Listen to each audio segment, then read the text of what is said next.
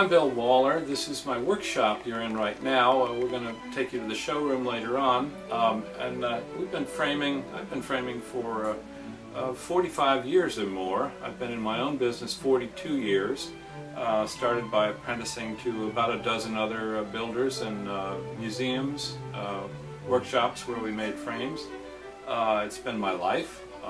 We start everything that we do now, we do from raw molding. This is some of our raw molding here. It's mostly bass and poplar. There's some walnut. We work with some other woods. We mill them. We have them milled in LA and Savannah and locally. We bring back old frames from history that have been out of circulation for a long time, and we try to design new frames that are of value, which is the hardest thing in the world to do, and we feel is very noble. It's our love, it's our passion, and we want to show you around the workshop a little bit here.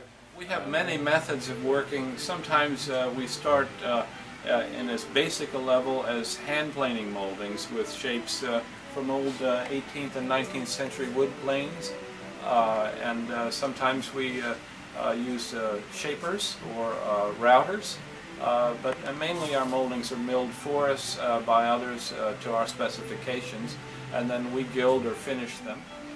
This is my great assistant, Nicholas Gargiulo, who I call Koto, and we've been a team for 8 years now. He does all the finishing and gilding. He's from Buenos Aires, and he had a shop in Spain for quite a few years, and we find that we work great as a team.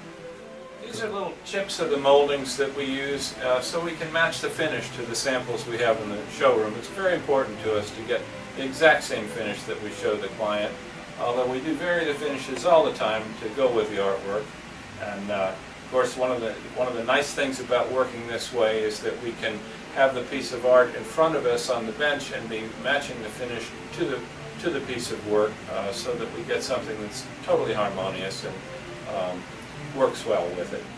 We do a lot of restoration of old frames, and lots of times there are pieces missing, and if we can't order spare parts, which is common, we have sources where we can order things pressed into 19th century molds, but if we can't get them, Koto and I come up with our own molds, and we cast spare parts for the pieces that are missing, and then finish and gild over it. We have a huge freezer that we keep full of composition, where the parts that we can obtain, of which there are many thousands of patterns, and we use those in the corners of frames.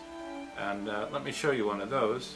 These are examples of some of the composition I was talking about that we steam, and they adhere because they have rabbit skin glue in them that melts when they're steamed, and then they harden, and then we gild over them. We use a lot of this, so we do a lot of finessing of the corners. Our corners are always closed corner, they're always mitered and joined and then finished over, so there's no seam there. You don't see an unfinished look in the corner. Talking about our finishes, we try and use natural finishes. We stay away from all chemicals with an ENE ending on them. They're carcinogens, they're not nice to work with. We work with a lot of shellac, and basically the ingredient that we don't mind breathing is alcohol. And we do a lot with milk paints and other natural paint products. We make our own paints from dry color and varnish color, even temperas and casein-based paints.